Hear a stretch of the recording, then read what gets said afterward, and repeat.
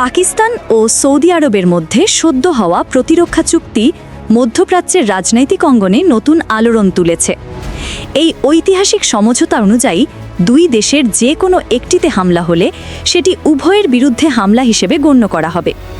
চুক্তির পরপরই পাকিস্তানের প্রতিরক্ষা মন্ত্রী খাজা মোহাম্মদ আসিফ জিও টিভিকে দেয়া এক সাক্ষাৎকারে ইঙ্গিত দেন, প্রয়োজন হলে সৌদি আরবকে পারমাণবিক সহায়তা দেওয়া হতে পারে। তার এই মন্তব্য কেবল পাকিস্তান ও সৌদির মধ্যেই নয়, গোটা মধ্যপ্রাচ্য ও উপসাগরীয় অঞ্চলের শক্তির ভারসাম্যে নতুন অনিশ্চয়তা তৈরি করেছে। ওয়ার্ল্ড পপুলেশন রিভিউর তথ্য অনুযায়ী পৃথিবীর 9টি দেশের কাছে পারমাণবিক অস্ত্র রয়েছে এবং 170টি ওয়ারহেড নিয়ে পাকিস্তান রয়েছে 7ম স্থানে। 1998 সালে 5টি ভূগর্ভস্থ পারমাণবিক পরীক্ষা চালিয়ে পাকিস্তান নিজেকে পারমাণবিক শক্তিধর হিসেবে প্রতিষ্ঠা করে। পরে 2015 সালে দক্ষিণ এশিয়ার প্রতিদ্বন্দ্বী ভারতকে মোকাবিলা করতে শাহিন 3 মিসাইলের পরীক্ষা চালায়, যা 2750 কিলোমিটার দূরত্ব পর্যন্ত আঘাত হানতে সক্ষম এবং পারমাণবিক ওয়ারহেড বহন করতে পারে। এপি এর প্রতিবেদন অনুসারে পাকিস্তান সরাসরি সৌদি আরবকে অস্ত্র দেওয়ার কথা বলেনি, তবে চুক্তির আওতায় সক্ষমতা ভাগাভাগির ইঙ্গিতের কারণে বিশ্লেষকরা একে অনেকটা নিউক্লিয়ার আমব্রেলা হিসেবে দেখছেন।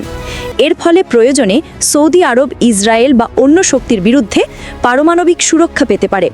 বিশেষজ্ঞরা বলছেন, সৌদি ভূখণ্ডে শাহিন 3 মোতায়েন করা হলে সেটি সরাসরি ইসরায়েলের নাগাল পাবে, যা ইসরায়েলের জন্য একটি স্পষ্ট সংকেত। ইসরায়েল দীর্ঘদিন ধরে মধ্যপ্রাচ্যের একমাত্র পারমাণবিক শক্তিধর দেশ হিসেবে প্রভাব বজায় রেখেছে, যদিও দেশটি কখনো তার অস্ত্র ভাণ্ডারের আনুষ্ঠানিক স্বীকৃতি দেয়নি বা IAEA এর পূর্ণ তত্ত্বাবধানে আসেনি। পাকিস্তান নিজেরও IAEA এর সদস্য হলেও তার পারমাণবিক কর্মসূচি গোপনে শুরু হয়েছিল, যা ইসরায়েলের কৌশলের সাথে অনেকটা সাদৃশ্যপূর্ণ। অন্যদিকে সৌদি আরব সবসময় তাদের পারমাণবিক প্রকল্পকে শান্তিপূর্ণ উদ্দেশ্যের দাবি করে এসেছে এবং কখনো প্রকাশ্যে অস্ত্র তৈরির কথা বলেনি। তবুও 1990-এর দশক থেকে গুঞ্জন রয়েছে পাকিস্তানের পারমাণবিক কর্মসূচিতে সৌদি আরব আর্থিক সহায়তা দিয়েছিল। তাই ধারণা করা হচ্ছে, প্রয়োজনে সৌদির জন্য অস্ত্র সরবরাহকারী হিসেবে পাকিস্তানি প্রথম পছন্দ হতে পারে।